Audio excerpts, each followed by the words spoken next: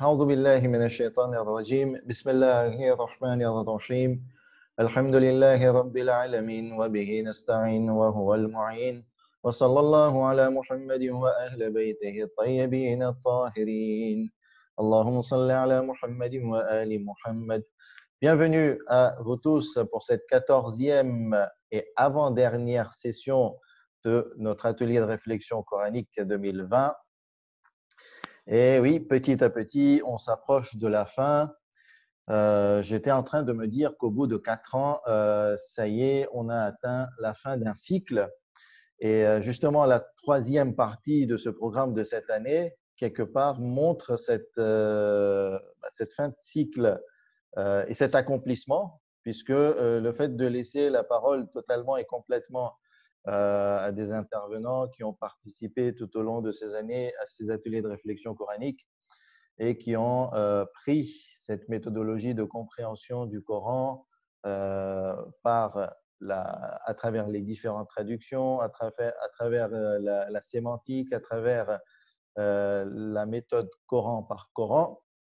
J'estime que à partir du prochain atelier, il faudra soit renouveler, soit reprendre un nouveau cycle avec d'autres et de nouveaux participants plus novices. On verra très bien plus tard. Alors, aujourd'hui, on va accueillir Maleka Nassor. Et avant de lui laisser la parole, on va vous faire part de quelques éléments biographiques la concernant. Alors, elle est née à Madagascar. Elle a passé sa scolarité, le collège, le lycée à Tananarive, où elle a eu le bac en 2000.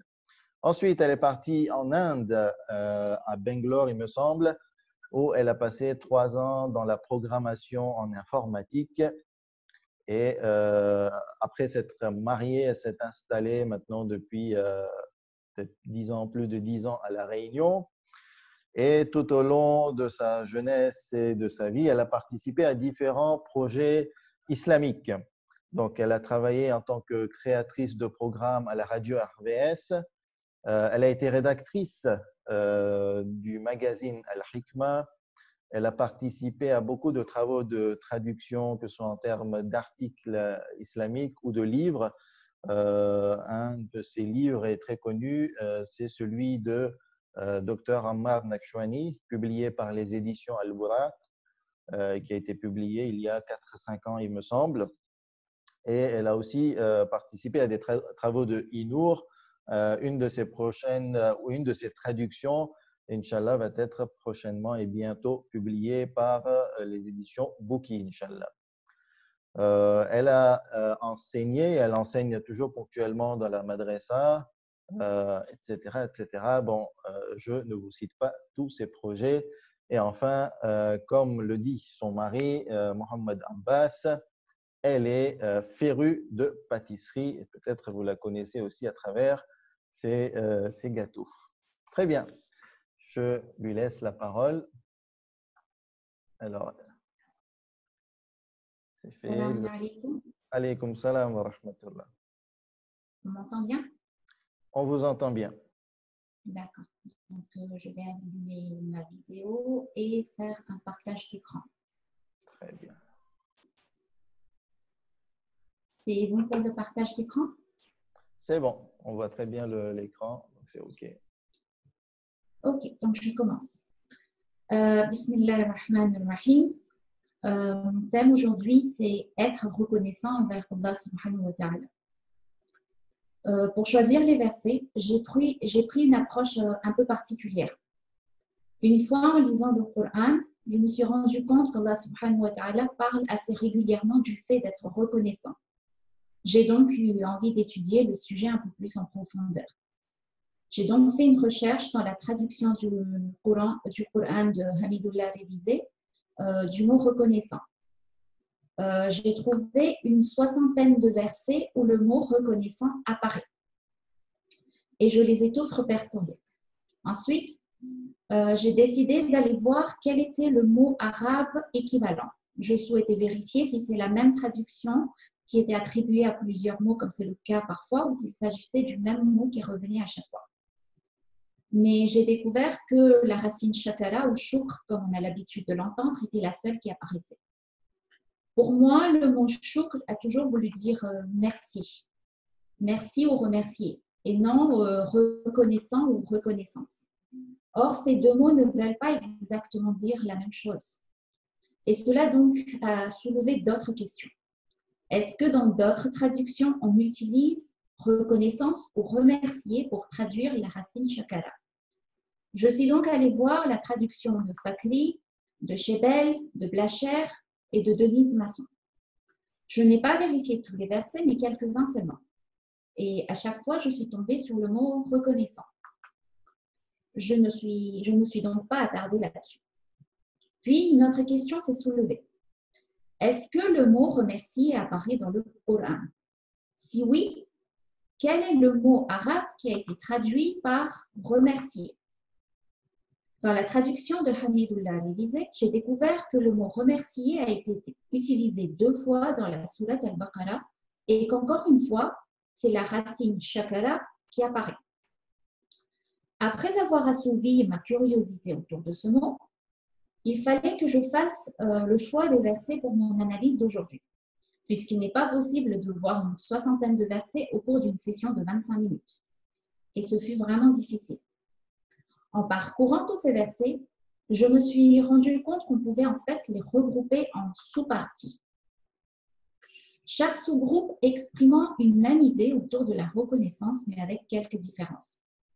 Mon objectif étant d'extraire les points importants autour de ce mot, j'ai décidé de vous proposer un verset de chaque sous-partie afin de vous en présenter l'idée principale sans trop m'attarder sur les autres mots du verset. Avant de me lancer dans le vif du sujet, je pense que l'on peut dire que puisque ce mot apparaît plus de 60 fois dans le Coran, il s'agit d'une notion importante qui mérite qu'on lui accorde notre attention. Par opposition, son contraire, le mot ingrat n'apparaît qu'une 20aine de fois. Passons maintenant au premier verset. Bismillahirrahmanirrahim. Ceux qui récitent le livre d'Allah accomplissent la salat et dépensent en secret et en public de ce que nous leur avons attribué, espèrent ainsi faire un commerce qui ne périra jamais, afin qu'Allah les récompense pleinement et leur ajoute sa grâce. Il est pardonneur et reconnaissant. Alors, avec ce premier verset, la première chose que nous pouvons noter, c'est qu'être reconnaissant est une caractéristique d'Allah subhanahu wa ta'ala. Je trouve cela particulièrement fascinant et déstabilisant à la fois. Dieu, le Tout-Puissant, se montre reconnaissant envers sa créature qui lit son livre, accomplit la salat, dépense de ses biens dans la voie d'Allah et souhaite à travers tout cela acquérir la grâce d'Allah subhanahu wa ta'ala. Comme si la créature faisait une faveur à Dieu à travers ses bonnes actions, alors que nous savons pertinemment que Dieu n'a aucunement besoin de nos bonnes actions. Cela me démontre l'étendue de la générosité de Dieu et me montre à quel point il souhaite nous voir accomplir ses bonnes actions. Comme un parent qui encourage son enfant à bien travailler à l'école à travers la promesse d'un cadeau pour les efforts fournis. Pour moi, ce genre de verset, c'est un témoignage de l'affection de Dieu pour sa créature. Mais malheureusement, trop souvent, nous passons à côté et ne prêtons pas assez attention. Passons à la suite. Ô vous les descendants de ceux que nous avons transportés dans l'arche avec Noé.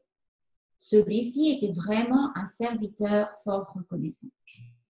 Ici, il n'y a pas grand-chose à dire, sauf que ce verset nous révèle qu'être reconnaissant envers Allah subhanahu wa ta'ala est également une qualité des prophètes de Dieu. Ces derniers étant pour nous des modèles à suivre, cela nous laisse supposer qu'il s'agit d'une qualité indispensable pour réussir à se rapprocher de Dieu. Ensuite, quelqu'un qui avait une connaissance du livre dit « Je te l'apporterai avant que tu n'aies cligné de l'œil ». Quand ensuite Salomon a vu le trône installé auprès de lui, il dit « Cela est de la grâce de mon Seigneur, pour m'éprouver si je suis reconnaissant ou si je suis ingrat. Quiconque est reconnaissant, c'est dans son propre intérêt qu'il le fait. Et quiconque est ingrat, Alors mon Seigneur se suffit à lui-même et il est généreux. Ce verset est l'un des rares où le mot reconnaissant apparaît à 2 reprises. La première information que nous pouvons en tirer, c'est que parfois Allah subhanahu wa ta'ala nous accorde une grâce ou une bénédiction pour nous mettre à l'épreuve. Notre comportement vis-à-vis de cette grâce ou de ce bienfait permettra de savoir si nous sommes reconnaissants ou ingrats. Il est donc impératif de surveiller notre comportement lorsqu'une grâce divine nous touche. La suite du verset apporte une information importante. Celui qui est reconnaissant est non seulement celui qui réussit son test, mais en plus, cette attitude ne sera bénéfique qu'à lui-même et non à Dieu. Cette partie remet les pendules à l'heure par rapport au premier verset. Certes, si nous sommes reconnaissants, Dieu va nous gratifier car il est le tout généreux.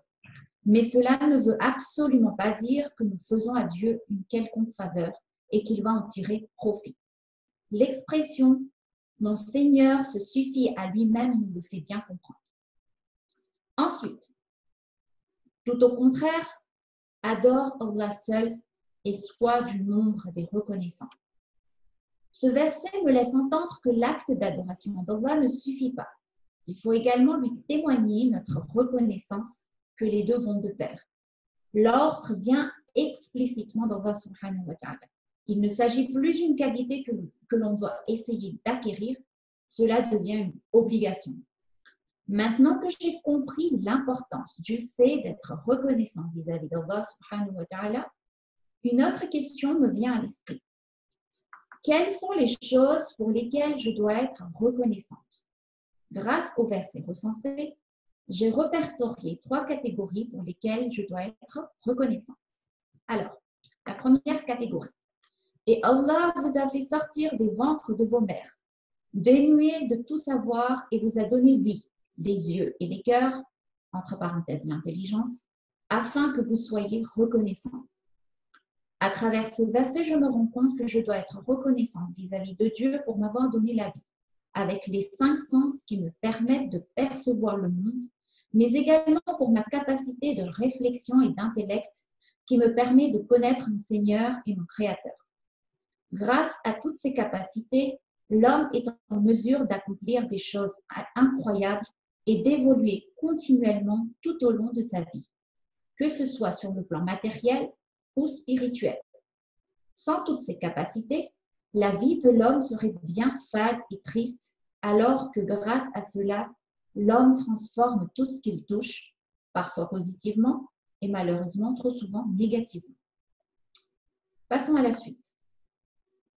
Ne voit-il donc pas que parmi ce que nos mains ont fait, nous leur avons créé des bestiaux dont ils sont propriétaires et nous les leur avons soumis, certes, certains leur servent de monture et d'autres de nourriture, et ils en retirent d'autres utilités et des boissons. Ne seront-ils donc pas reconnaissants? Ce petit groupe de versets nous montre que nous devons être reconnaissants pour tous les bienfaits qu'Allah subhanahu wa ta'ala nous a accordés pour notre vie et usage quotidien. La question à la fin nous laisse supposer que l'homme est de nature ingrate.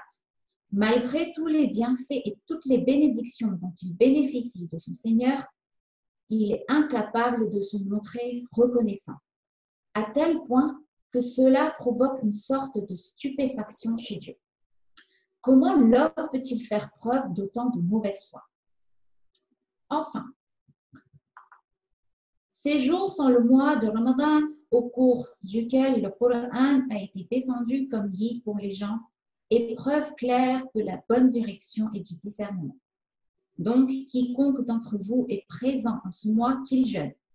Et quiconque est malade ou en voyage, alors qu'il jeûne un nombre égal d'autres jours. Allah veut pour vous la facilité. Il ne veut pas la difficulté pour vous, afin que vous en complétiez le nombre et que vous proclamiez la grandeur d'Allah pour vous avoir guidé et afin que vous soyez reconnaissants.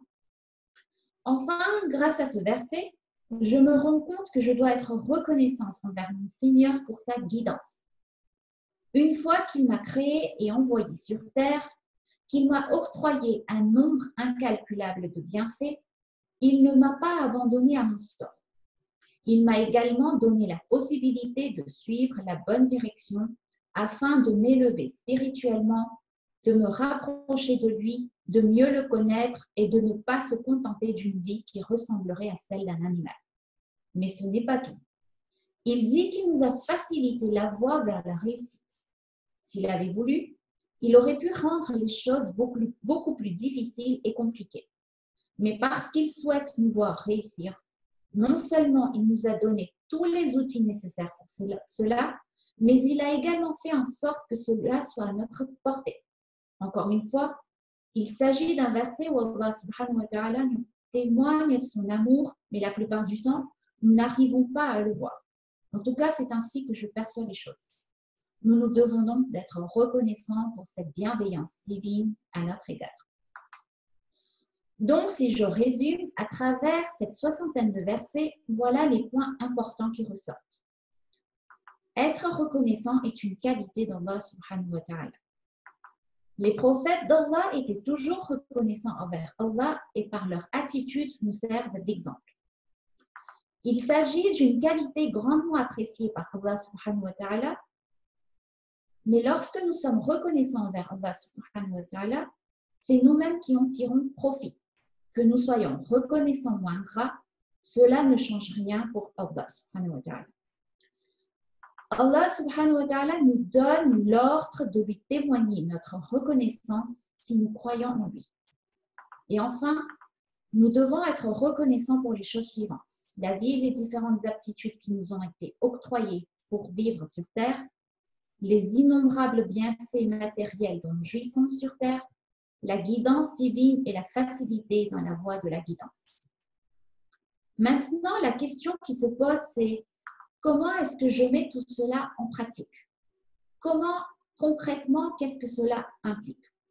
Avant d'aborder cette partie, je souhaite clarifier un point.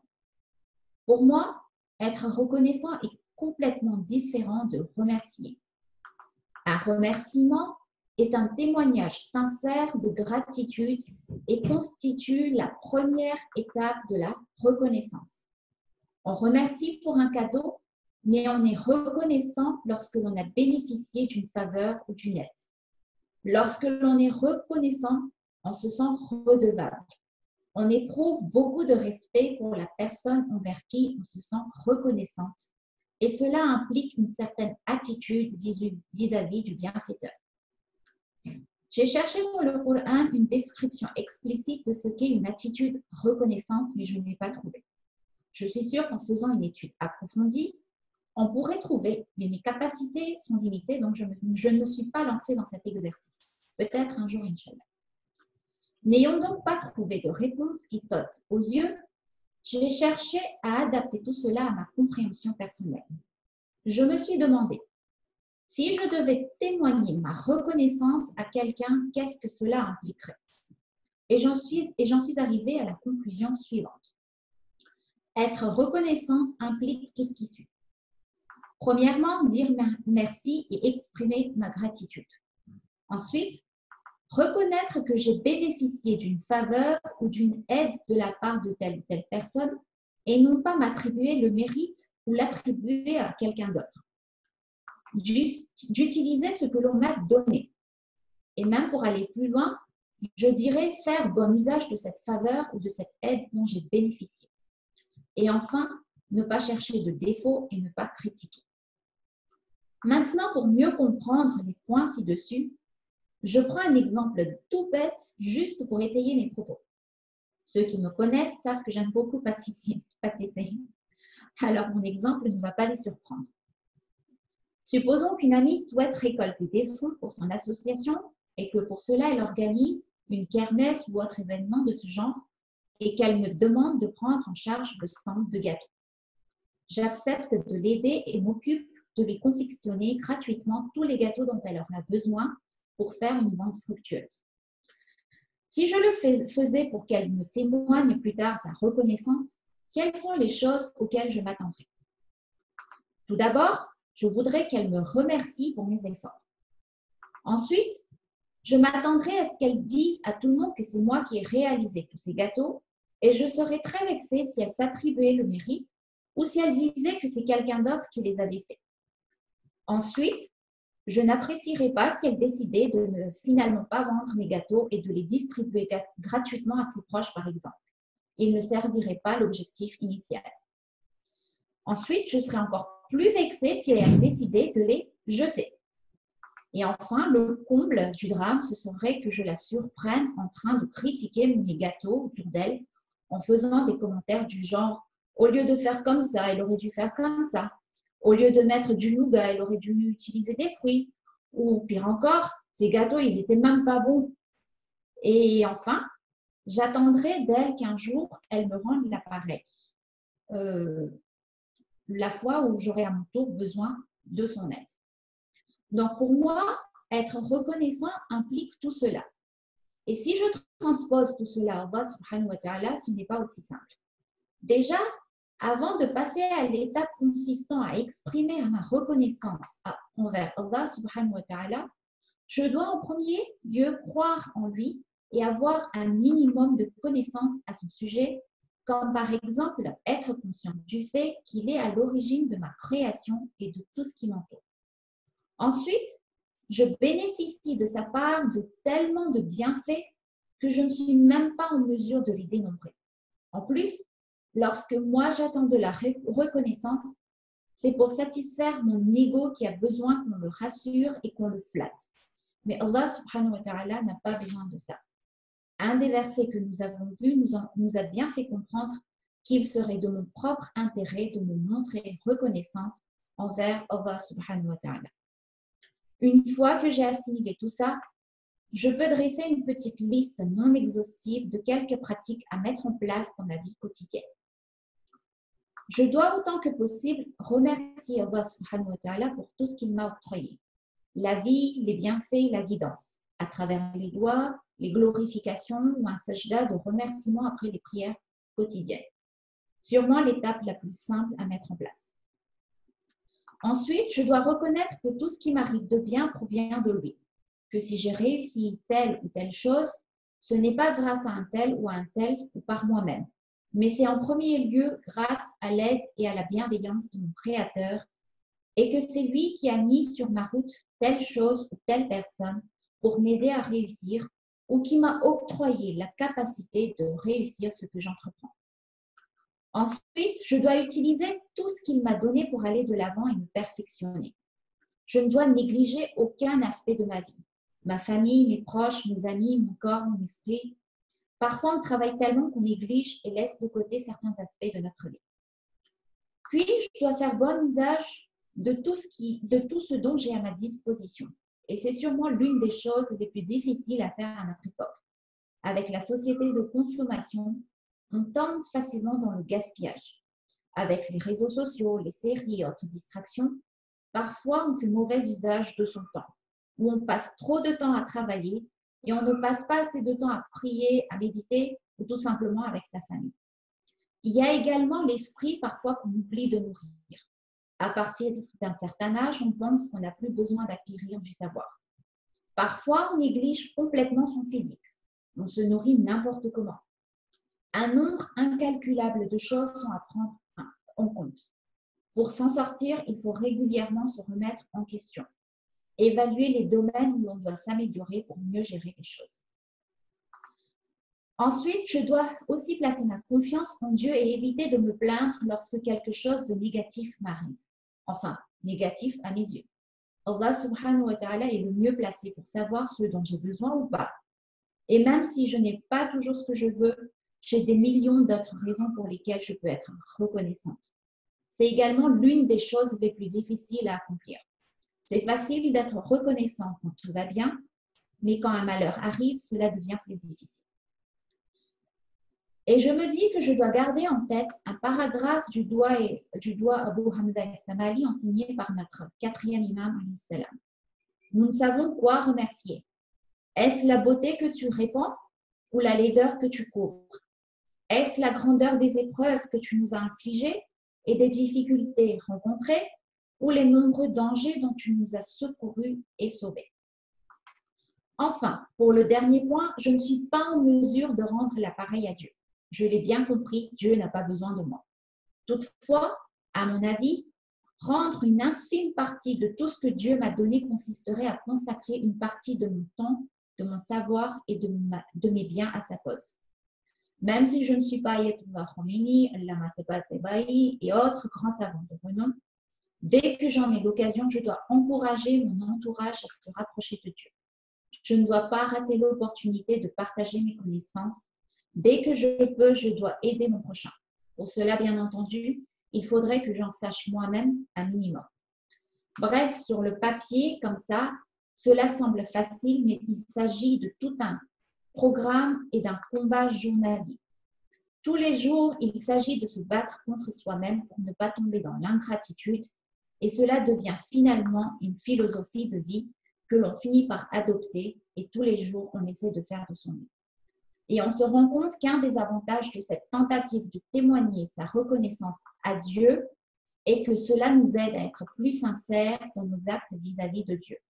C'est peut-être à cela qu'Allah subhanahu wa ta'ala fait référence lorsqu'il dit dans le Coran « Celui qui est reconnaissant ne l'est que pour lui-même ».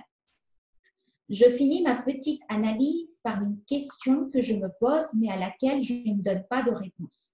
Et je laisse à chacun le soin de trouver sa propre réponse. Est-ce que nous adorons Allah subhanahu wa ta'ala parce que nous lui sommes reconnaissants ou bien lui sommes-nous reconnaissants parce qu'il nous a donné la possibilité de le connaître et de l'adorer? Donc, je clôture mon analyse par cette question. Je vous remercie de m'avoir écouté. Je suis consciente que mon analyse reste très primaire, mais mon temps était limité. D'ailleurs, au départ, j'avais prévu de faire moins long. Puis, en écoutant l'intervention de Sabera, je me suis dit que ça va, je peux me permettre de dépasser de quelques minutes. Pour une analyse plus complète, il aurait fallu pouvoir analyser tous les versets en détail, voire même les versets parlant de l'ingratitude, pour avoir une meilleure vue d'ensemble et surtout pour percevoir toutes les nuances autour de ce thème, ce qui nécessiterait facilement plusieurs séances. Ensuite, cette approche nécessite beaucoup de travail et de réflexion. Une fois qu'on a parcouru tous les versets, il y a une multitude d'idées, de pensées qui fusent dans tous les sens et il faut faire le tri, classifier et organiser. Dans tous les cas, c'est une approche que je voulais essayer depuis longtemps, mais je n'avais pas eu jusque-là le courage de me lancer. Et cette intervention était l'occasion rêvée. Et donc, je ne regrette pas et je remercie Cheikh pour cette opportunité. Et en tout dernier, je remercie ma meilleure moitié pour s'être portée volontaire pour préparer mon outil de travail. Voilà.